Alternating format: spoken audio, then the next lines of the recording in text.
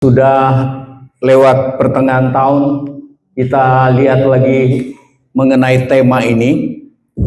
Saya merenung begini. Tema ini kita bukan sulap, tetapi setengah tahun sebelum kita keluarkan tema, kami berdoa dari waktu ke waktu untuk ingin tahu apa tema yang Tuhan taruh di hati. Dan begitu lihat peristiwa, apa semua peristiwa yang terjadi di bangsa ini, di masyarakat, di gereja, saya lihat tema ini sungguh-sungguh dari Tuhan. Boleh baca sama-sama ulang temanya? 1, 2, 3. Berdiri teguh dalam iman. Baca ayatnya. Ulang. 1, 2, 3. Berdiri teguh dalam iman. Baca ayatnya. Ya, kalau baca ayatnya kita ingat. Kita ucapkan, kita ingat itu. Nah, sudah, tidak usah panjang-panjang. Ya, berdiri teguh dalam iman. Kita baca, lihat ulang ayatnya. Sama-sama baca, 1, 2, 3. Berjaga-jagalah. Ulang. Berjaga-jagalah. Bersikaplah sebagai laki-laki dan tetap kuat. Jadi kita lihat ada beberapa hal disampaikan. Katanya lebih dulu berjaga-jaga, waspada. Orang yang tidak waspada banyak yang terseret, banyak yang celaka, banyak yang terbawa. Orang yang tidak waspada ketika ada banjir datang, dia seringkali tidak mampu menyelamatkan diri. Tidak waspada, sudah dengar bunyi alarm untuk adanya tsunami, dia tidak waspada, dia tidak dengar itu, dia binasa. Ketika kita tidak berjaga-jaga, tidak waspada, tidak mungkin kita mampu berdiri teguh dalam iman. Tidak mungkin. Jadi waspada artinya memperhatikan, mendengar, melihat keadaan dan cocokkan dengan firman Tuhan. Itu waspada. Nah, kita lihat keadaan goncang di mana-mana. Goncang, semua goncang. Sampai di pekerjaan Tuhan goncang. Negara goncang, dunia goncang, ekonomi goncang, keamanan goncang, bangsa-bangsa goncang. Firman Tuhan ingatkan begini, katanya Tuhan izinkan semua goncang supaya terlihat, supaya terbukti mana orang yang mampu berdiri teguh. Dan yang berbahagia adalah orang yang berdiri teguh. Memang waktu kita berdiri teguh seringkali kita ditinggalkan. Seringkali tidak populer, tidak enak, tidak nyaman. Tetapi itu yang Tuhan pesan buat kita. Berdiri dengan teguh dalam iman. Nah, kata bersikaplah sebagai laki-laki itu bukan cuma yang ditujukan ke laki-laki. Ini istilah yang dipakai adalah menjadi kuat dan tangguh, berani. Jadi yang wanita, yang ibu-ibu jangan salah ngerti. Tuhan tidak katakan wanita itu lemah dan itu sebabnya cuma disebut sebagai bersikaplah sebagai laki-laki. Ini cuma istilah. Nah, tidak usah lihat ke sana. Dan firman Tuhan bilang, dan tetap kuat. Saudara mau berdiri teguh dalam iman? Orang yang mampu berdiri teguh, tidak goyah, adalah orang yang kuat. orang yang mempersiapkan diri dari hari ke hari untuk kuat. Kita tahu kalau orang yang kuat adalah orang yang melatih diri. Kalau saudara sebelum naik ke gunung ke Kawah Ijen, kalau tidak mempersiapkan diri, latih diri tiap hari jalan, tiap hari naik-naik tangga, turun tangga, sampai di sana itu tidak mampu, tidak kuat. Jadi orang yang kuat adalah orang yang melatih diri. Latih diri dengan kebenaran firman Tuhan tiap hari. Latih diri menyangkal diri. Latih diri untuk menghadapi segala sesuatu. Nah, kita lanjut lihat. Berdiri teguh dalam iman. Tetap bertahan untuk melakukan firman Tuhan. Jadi kalau maksud berdiri teguh dalam iman, punya pengertian tetap bertahan melakukan firman Tuhan, perintah Tuhan, bertahan. Supaya kita bukan jadi orang yang begitu dengar firman hari ini, jam ini, 4 jam kita bertahan. Jam kelima bikin pelanggaran. Tidak bertahan. Itu tidak berdiri teguh dalam iman. Jadi cuma dengar, mantap, saya ingin lakukan. Begitu diuji, 4 jam kemudian, ada yang ketemu dan, dari mana? Kok bajunya bagus? Emosi kita. Nyindir ya, sudah, 4 jam lewat, tidak teguh. Rugi, yang rugi kita. Bukan yang untung kita kalau kita bertahan. Kita jadi orang yang berdiri teguh dalam iman. Tetap bertahan melakukan firman Tuhan. Tetap bertahan hidup sesuai dengan kehendak Tuhan. Matius 7 ayat 21, yang selamat, yang masuk ke dalam sorga cuma orang yang melakukan kehendak Bapa di sorga. Untuk keselamatan. Berdiri teguh dalam iman artinya tetap bertahan hidup sesuai dengan kehendak Tuhan. Tetap percaya dan mempercayakan hidup kepada Tuhan. Percaya kepada Tuhan, semua orang percaya ada Tuhan. Semua orang, tapi tidak semua orang mempercayakan hidup kepada Tuhan. Firman Tuhan bilang, setan pun percaya. Jadi kalau percaya kita cuma Tuhan ada, tapi kita tidak mempercayakan hidup kita, tidak mempercayakan persoalan kita kepada Tuhan, kita percayanya kita itu sama dengan setan. Kelasnya sama dengan setan. Saudara dan saya, kita tidak mau firman Tuhan nilai kita, percaya kita seperti setan, iya kan? Tidak ada harga. Setan pun percaya dan gemetar, firman Tuhan bilang.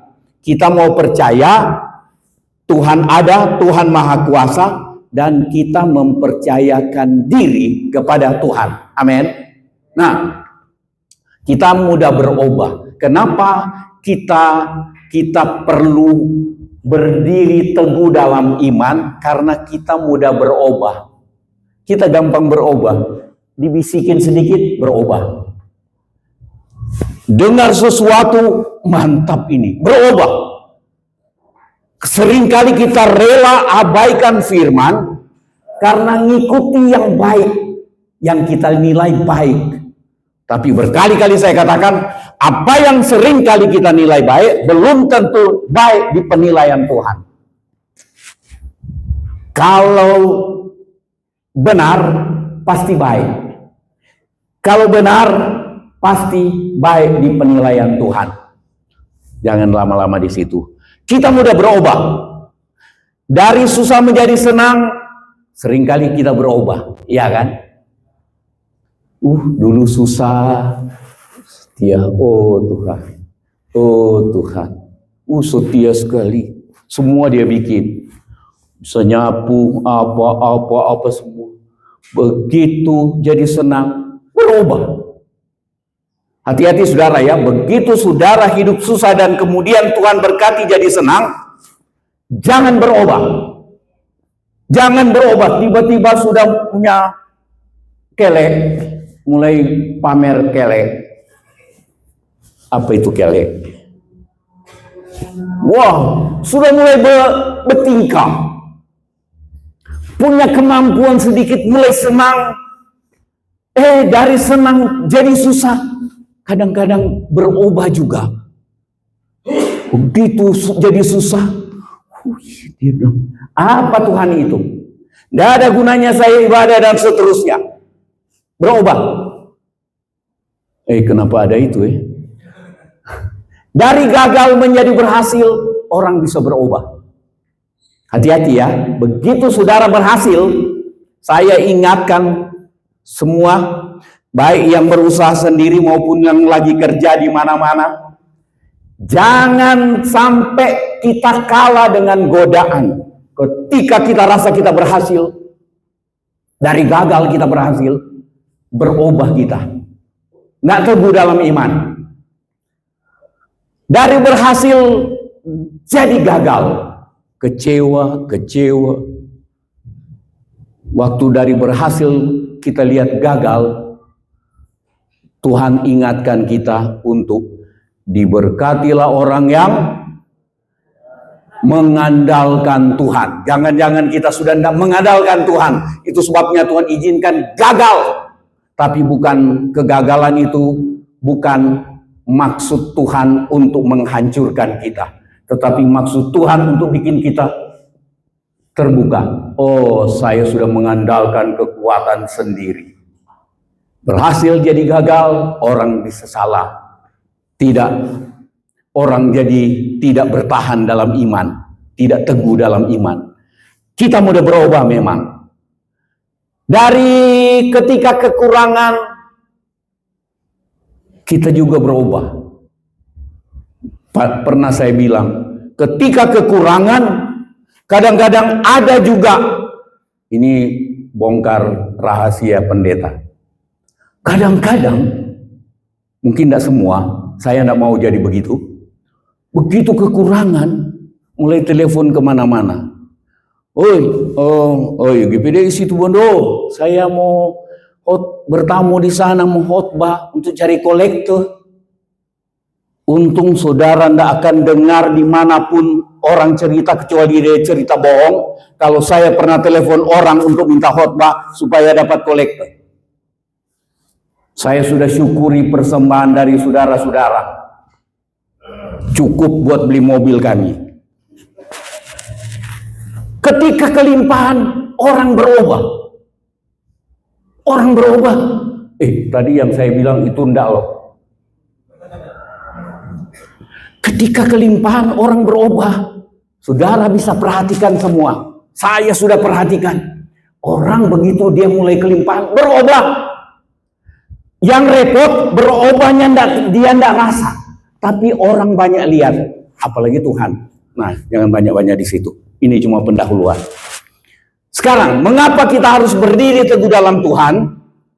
Tadi manusia mudah berubah. Ada banyak hal yang mempengaruhi hidup kita. Karena kita ini gampang terpengaruh. Itu sebabnya isi hati, pikiran saudara dan saya dengan firman. Jadi ketika ada pengaruh ini, kita saring, kita hadapkan dengan firman. Firman kan seperti kaca katanya, seperti cermin. Macam-macam datang, cocokkan dengan firman. Tapi kalau tidak ada firman di hati, mau cocokkan bagaimana? Nah, banyak hal yang datang mempengaruhi hidup kita tiap saat. Itu sebabnya kita teguh. Kita harus teguh, berdiri teguh dalam iman. Kemudian mengapa kita harus berdiri teguh dalam iman? Ada serangan atau godaan iblis yang terus-menerus. 1 Petrus 5 katakan begini. Waspada, si iblis itu seperti singa yang mengaum, yang berjalan keliling, mencari orang yang dapat dia telan. Tiap saat iblis keliling, setan keliling. Ada teman saya, dia suka cari pergi doa keliling. Saya lihat mereka keliling di mana-mana, mereka pergi cari usir tuh setan di mana-mana. Saya pikir, waduh, setan Tuhan masih izinkan ada di dunia ini, ada di mana-mana. Setan nanti laporan ke Tuhan, Tuhan saya diusir terus kemana-mana, saya tidak ada tempat. Tapi bagus dia lakukan itu. Tapi serangan iblis tiap saat, iblis kemana-mana, jalan kemana-mana. Dan iblis lebih rajin duduk ibadah dari kita. Amin. Ada yang tahu, iblis lebih rajin duduk ibadah dari kita. Dia suruh pengawal-pengawalnya dekatin semua, bikin dia tergoda, buka handphone. Kalau buka handphone karena baca Alkitab, enggak soal. Buka WA, buka Facebook, sementara ibadah. Kalau di sini enggak pernah saya lihat. Yang enggak kelihatan saya enggak tahu. Tapi maksudnya, seringkali godaan itu terus ada. Godaan. Macam-macam godaan, bisikan. Kadang-kadang dia bawa kipas yang bau harum. Tedung. Godaan, serangan dari iblis terus ada. Jadi kalau kita tidak teguh dalam iman, kita terbawa. Matius, kita mau lihat mau bahas singkat ini. Matius 24 ayat 3 sampai 13. Kita mau lihat mengapa kita harus teguh dalam iman, berdiri teguh dalam iman. Ayat 3, Matius 24 ayat 3, ketika Yesus duduk di atas bukit Zaitun, datanglah murid-muridnya kepadanya untuk bercakap-cakap sendirian dengan dia. Kata mereka, katakanlah kepada kami, bila manakah itu akan terjadi? Maksudnya Tuhan Yesus bicara mengenai tanda-tanda kedatangan Tuhan pada kali yang kedua. Tanda-tanda hari kiamat, kira-kira begitu. Nah, murid-murid bilang, katakanlah kepada kami, bila manakah itu akan terjadi? Tuhan Yesus, dan mereka tanya begini, apakah tanda kedatanganmu? Jadi kita mau lihat sedikit ini mengenai tanda kedatangan Tuhan. Tuhan, tanda-tanda ini sedang terjadi atau belum terjadi? Apakah tanda kedatanganmu dan tanda kesudahan dunia? Jadi kita berhadapan dengan hari kedatangan Tuhan Yesus kali yang kedua dan berhadapan dengan kesudahan dunia.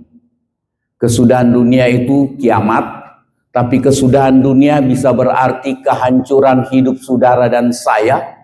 Kesudahan dunia itu dapat berarti berhentinya hidup saudara dan saya di dunia ini. Ada orang yang bilang, coba ya waktu saya masih jaya, saya berikan mobil buat gereja.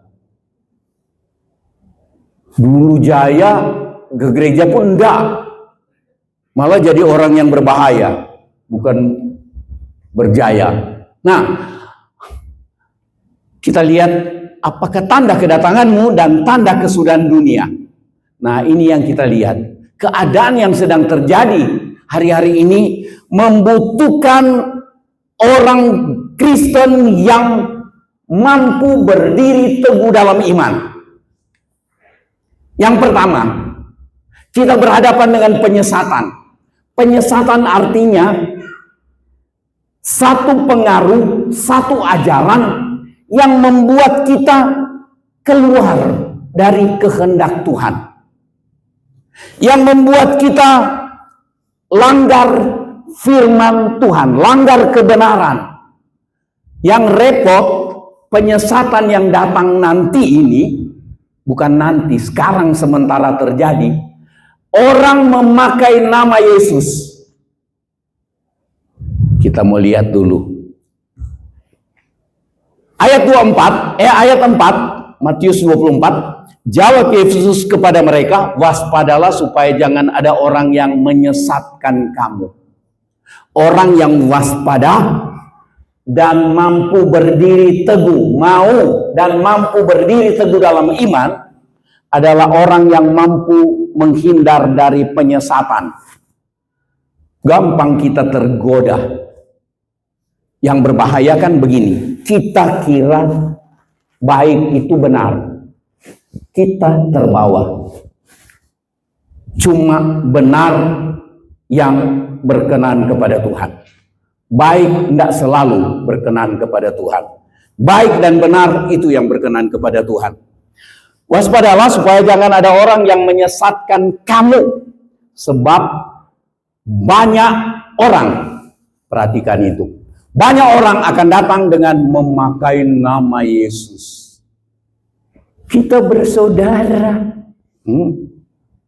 Istilah yang dipakai, kita bersaudara. Bapak kita satu. Anda sama. Pakai nama Yesus, Bapak kita satu. Ini pekerjaan Tuhan. Atas nama Tuhan, itu sebabnya yang datang banyak yang menyesatkan. Dia mampu menyesatkan banyak juga. Kita yang cuma sedikit ini, kalau penyesatnya banyak datang, habis kita. Habis. Saudara, ayat 25, ayat 5, sebab banyak orang akan datang dengan memakai namaku dan berkata, akulah Mesias, akulah Kristus, akulah yang diurapi, kami urapan. Yang gereja sana hendak urapan, gereja sini urapan, mari ayo orang datang ke sini, ini urapan. Urapan dan kurapan berjalan bersama-sama. Akulah Mesias, dan mereka akan menyesatkan banyak orang. Banyak yang datang menyesatkan, banyak yang disesatkan. Jadi tidak usah heran kalau banyak yang disesatkan, karena memang Tuhan Yesus sudah bilang, makin banyak yang disesatkan, banyak penyesat datang pakai nama Yesus, banyak yang disesatkan pakai nama Yesus, dan akhirnya terjadi yang Tuhan Yesus bilang, yang selamat cuma sedikit. Pandai itu. Saya mau bertahan selamat walaupun babak belur. Saya mau bertahan untuk selamatkan orang melalui pelayanan kepercayaan yang Tuhan percayakan. Pelayanan yang Tuhan percayakan untuk selamatkan orang walaupun babak belur. Nggak soal. Tuhan Yesus pun begitu, akhirnya kan diseret ke pengadilan yang tidak adil. Tubuh dan darah yang kita mau makan ini itu melewati pengadilan yang tidak adil. Sampai dia digantung di atas salib, pengadilan yang tidak adil, penyesatan. Nah, masih ada satu. Banyak nabi palsu akan muncul dan menyesatkan banyak orang. Banyak nabi palsu, penubuat palsu, tapi enak didengar. Nanti tidak ada lagi gempa di Indonesia. Langsung gempa. Bilang, batal dia punya nubuat. Nubuat palsu enak didengar. Nanti engkau akan begini dan begini nanti. Tidak terjadi. Tapi enak didengar. Banyak yang ikut. Banyak nabi palsu datang menyesatkan banyak orang. Soalnya pakai nama Yesus. Kemudian yang kedua, kita perlu iman yang berdiri teguh dalam iman, karena kita berhadapan dengan yang Tuhan Yesus bilang ada perang. Saudara sudah dengar perang? Tidak ada jawaban. Kayaknya tidak ada orang ini ya. kita sedang dengar perang. Perang, bencana alam, kelaparan. Kita lihat ayatnya. Ayat 6, Matius 24. Kamu akan mendengar deru perang. Kabar perang kita sedang dengar. Deru perang mudah-mudahan belum. Kalau deru perang kita bisa dengar itu dor, der. Kabar perang kita sedang dengar. Deru perang. Ini akan terjadi. Lambat atau cepat sampai ke kita. Itu sebabnya siapkan hati untuk jadi orang yang berdiri teguh dalam iman. Namun berawas-awaslah, jangan kamu gelisah sebab semuanya itu baru harus terjadi, tetapi itu belum kesudahannya. Ayat 7, sebab bangsa akan bangkit melawan bangsa. Kita lihat, kita sedang lihat itu. Dan kerajaan melawan kerajaan. Akan ada kelaparan. Saudara, saya mau ingatkan, kalau sampai seizin Tuhan kita di daerah sini alami sampai kelaparan, jangan sampai salahkan Tuhan. Tuhan mau kita siapkan diri dari sekarang untuk mampu berdiri teguh dalam iman. Kalau lapar, kita tidak mengeluh.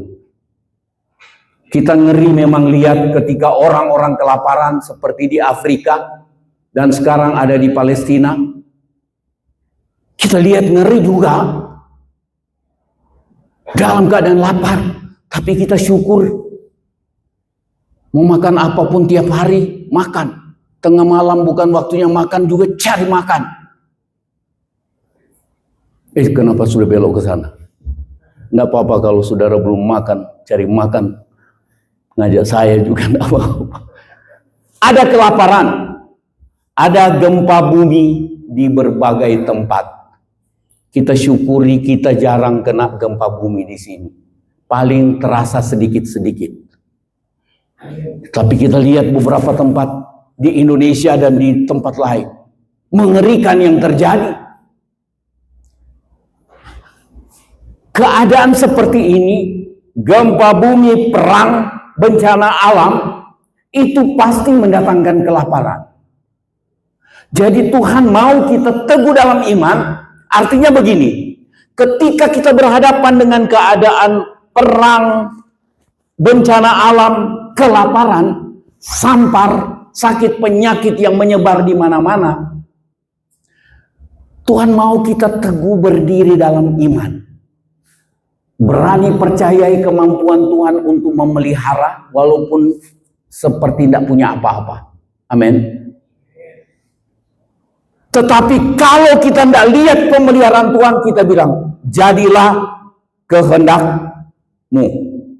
Tapi saya mau tetap hatiku percaya. Mau jadi apapun, hatiku percaya. Mau jadi apapun, hatiku percaya. Berdoa minta sembuh, percaya Tuhan sembuhkan. Tidak sembuh-sembuh, mati. Saya percaya keputusan-Mu itu yang terbaik. Itu iman yang teguh. Percaya Tuhan yang mampu melakukan, menyembuhkan walaupun mustahil. Ada dari Palembang telepon saya. Ada ponakannya kena kanker di paru-paru, menjalar kemana-mana. Dan kita berdoa, Tuhan sanggup. Tapi saya persiapkan ibu itu untuk apapun yang Tuhan lakukan. Tapi percaya Tuhan. Jangan belok-belok panjang ke sana. Akan terjadi kelaparan dan gempa bumi di berbagai tempat. Yang ketiga, aniaya. Masih mau ikut Tuhan? Walaupun ada aniaya, mudah-mudahan enggak ya. Kita berharap enggak. Tapi kalau itu datang, kita bilang, saya kalau sempat lari-lari, kalau enggak sempat lari, bilang, kehendak-Mu yang jadi. Itu iman yang teguh, tangguh. Berdiri teguh. Nah, aniaya. Matius 24 ayat 9. Pada waktu itu kamu akan diserahkan supaya disiksa. Tidak ada yang suka disiksa. Amin. Dan kamu akan, ada yang suka dibunuh? Tidak ada. Tidak ada yang kita suka. Dan akan kita mau semua orang sayang ke kita. Tapi jangan percaya, tidak akan semua orang sayang saudara. Dari semua yang hadir ini, saya percaya sayang saya. Bertahan atau tidak, saya tidak tahu.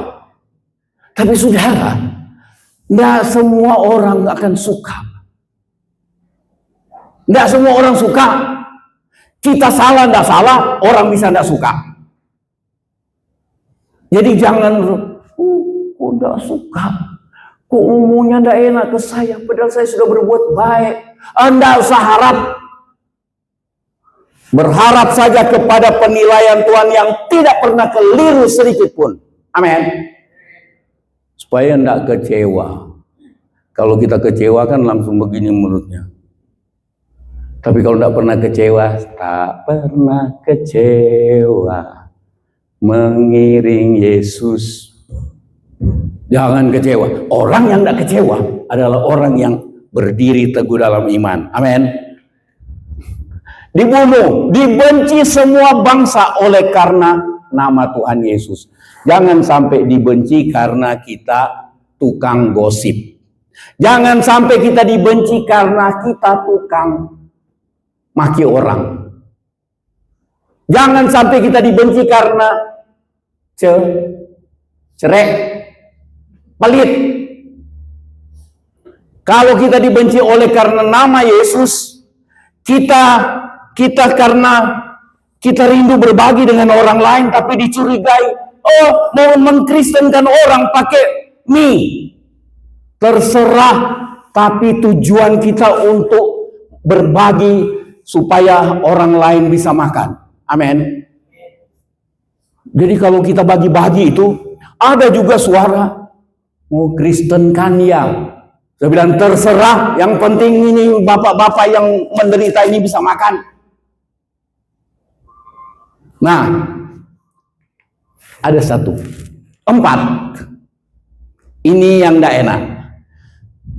Kita harus berdiri teguh dalam iman karena kita berhadapan dengan kebencian sesama orang Kristen, sesama anggota gereja. Di sini tidak ada.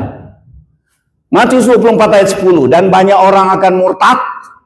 Murtad, saudara sudah tahu maksudnya itu murtad. Tinggalkan Tuhan Yesus. Mereka akan saling menyerahkan. Kata saling menyerahkan ini punya pengertian saling menjual. Jual orang, menjelekkan, saling mengkhianati. Itu saling menyerahkan, itu saling mengkhianati. Kemudian saling menyerahkan dan saling ada itu dalam gereja, maksudnya bukan gereja sini, di mana-mana saling membenci. Jangankan anggota gereja, sesama anggota gereja saling membenci, sesama pendeta pun ada yang saling membenci.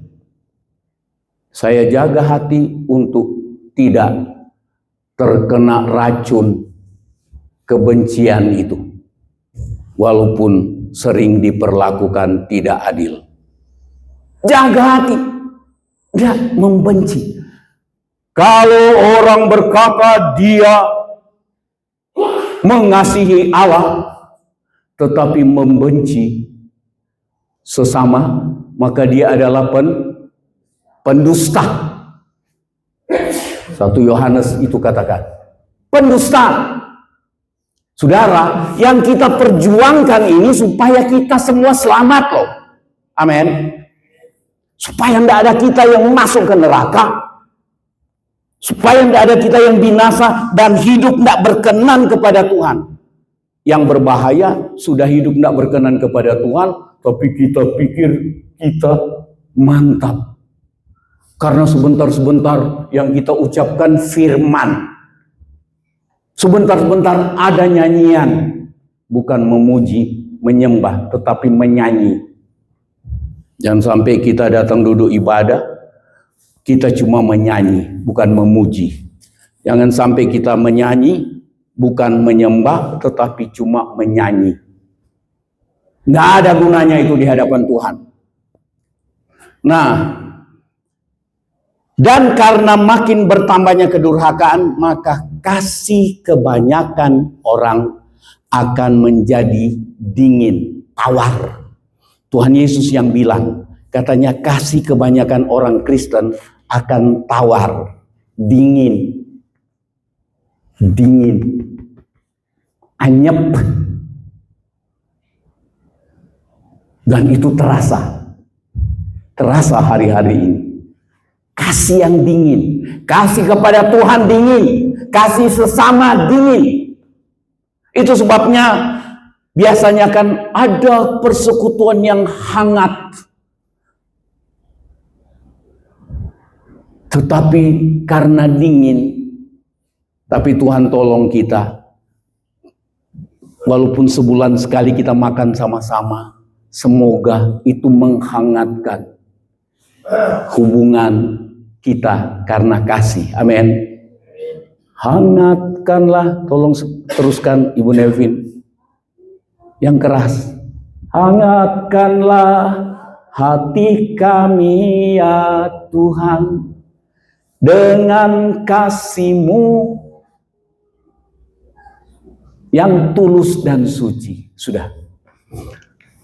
Orang yang berdiri teguh dalam iman, Matius 24 ayat 13, maka kita akan jadi orang. Jadi ini ayat yang ke-13 dari ayat 3. Macam-macam tantangan, tapi orang yang berdiri teguh dalam iman adalah orang yang mampu bertahan sampai kesudahan. Sampai kesudahan artinya sampai umur kita berakhir. Amin. Atau sampai Tuhan datang kembali. Bertahan sampai kesudahan, selamat. Yang kita kejar adalah itu. Selamat, walaupun kita tahu sebenarnya target hidup kita di dunia adalah kita mau bertumbuh jadi seperti Kristus. Tapi seringkali itu masih terlalu indah di omongan, tetapi jauh dari yang kita rela jalani. Tapi target kita lihat dulu supaya kita selamat, tidak kehilangan keselamatan tanpa kita sadari. Itu sebabnya disuruh berjaga-jaga dan berdiri teguh dalam iman supaya kita jadi orang yang bertahan sampai kesudahannya dan kita selamat. Tuhan memberkati. Kita siapkan hati untuk bersekutu dengan tubuh dan darah Tuhan Yesus.